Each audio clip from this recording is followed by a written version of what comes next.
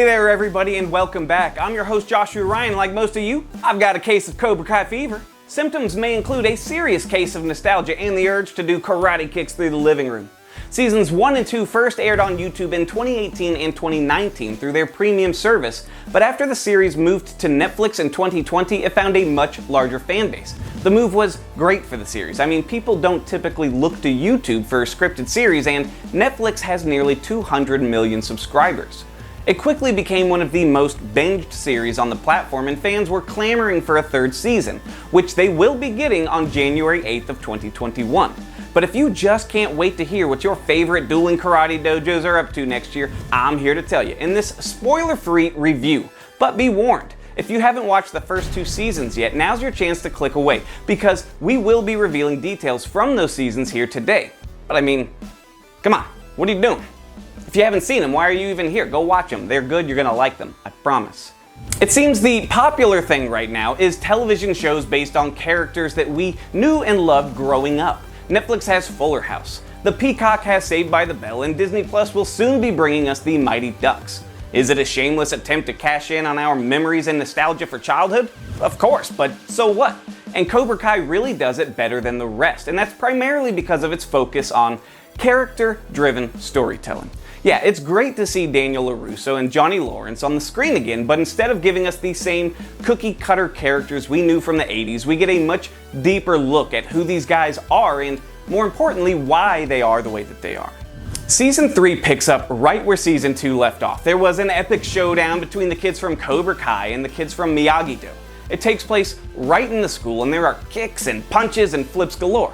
Seriously though, how did these kids become karate masters so quickly? It's like those kids at the end of Footloose who suddenly are professional dancing their way through prom, despite the fact that they haven't been allowed to dance their entire lives. How does that happen? How does that even work? Like, what's going on? You know what? Just don't think about it, it doesn't matter. That fight in the school, of course, came to a halt when Johnny Lawrence's estranged son and star member of Miyagi-Do, Robbie, sends Cobra Kai's Miguel tumbling over a railing and landing in a pretty bad position a couple of stories down. The bulk of Season 3 follows the aftermath of that fight and its effect on not only those involved, but on the school and on the town and, of course, on Daniel and Johnny.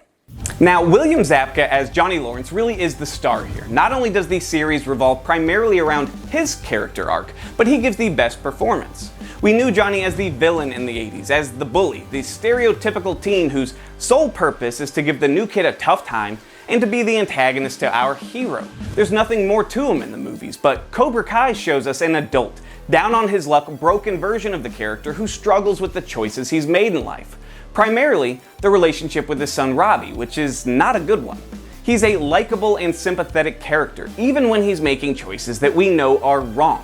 And that really is what drives this show. It recognizes the cliches of the 80s characters and it breaks them down. The differences and disputes between Johnny and Daniel stem mostly from miscommunications and misunderstandings. Neither of them is the villain. In fact, throughout Seasons 1 and 2, there really was no villain. The show does a great job of showing the difficulties and hardships that each character goes through that push them to become the versions of themselves that they become. Nobody was really the bad guy, that is, of course, until they brought back John Kreese, the sadistic sensei and original founder of Cobra Kai. This is a bad dude, and it would have been easy enough to leave him as just that, a mysterious, evil asshole with no motivations beyond being the best. Strike first, strike hard, no mercy. But that's not what this show does, and Season 3 dives into Kreese's past and gives him an incredible backstory that sheds some light on how he became the man we love to hate. Seriously, his backstory is so good, it could have been a standalone movie. I'm not going to go into details about it, but it really tells a full story, and we understand the character a lot more afterwards. We still don't like him, but we get it. We get why he is the way that he is. Now, there are some big differences between Season 3 and the 2 previous ones. It feels bigger. The stakes are higher. We get a lot more of Daniel this season, and a lot more of Daniel and Johnny interacting on screen. But this season relies heavily on the past. It's linked much more closely to the movies than we've seen before, sometimes to its detriment. One thing that Season 1 and 2 did really well was continue the story of these characters without making it necessary to have seen the movies. You could jump right into Season 1 and follow along immediately without any previous knowledge.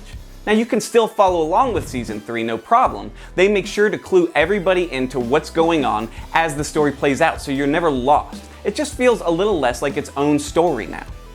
As I said earlier, this season follows the aftermath of that brutal school fight, and none were more affected by it than Miguel and Robbie. Miguel is severely injured now, he's fighting for his life essentially, and Robbie disappears, afraid to face his friends and family and afraid to face the consequences of his actions. Now just like Johnny and Daniel, these are two guys who are both trying to do what's right, but what's right depends on who you ask. It's all about perspectives.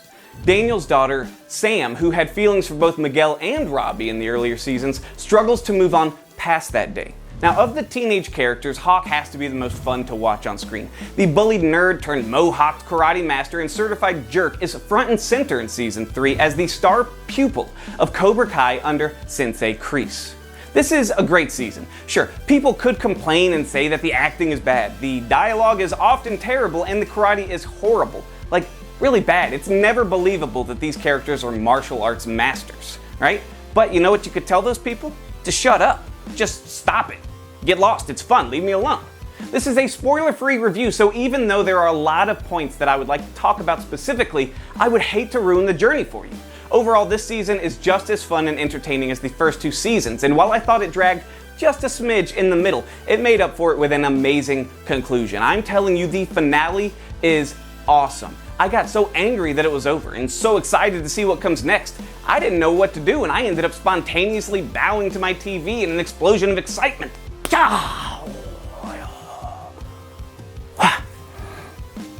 Overall, I'd give this one 4 out of 5 illegal crane kicks to the face. Be sure to check it out and let us know what you think. I'm Joshua Ryan, and I'll see you next time.